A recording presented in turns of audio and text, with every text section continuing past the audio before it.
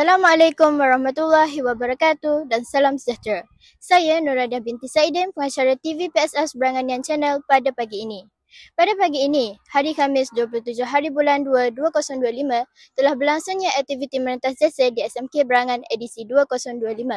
Mari kita saksikan bersama-sama footage pada pagi ini. Jom.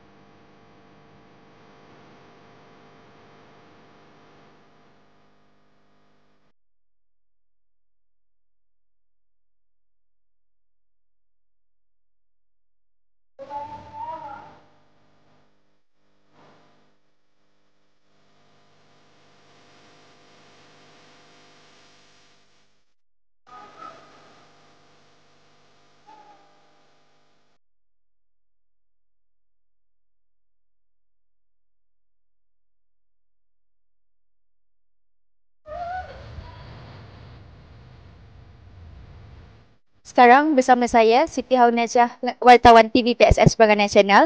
Bersama saya dua orang pelajar yang telah mendapat top 5 dalam kejohanan mentadasa. Bolehkah anda memperkenalkan diri? Nama saya Muhammad Afiq Ikhwan Birasli dari Rumah Sukan Datuk Bahaman. Nama saya Muhammad Afiq Zikri Mazgufi dari Rumah Sukan Datuk Majalaya. Okey, jadi saya ingin bertanya, apakah perasaan anda apabila mendapat top 5 dalam mentadasa pada tahun ini?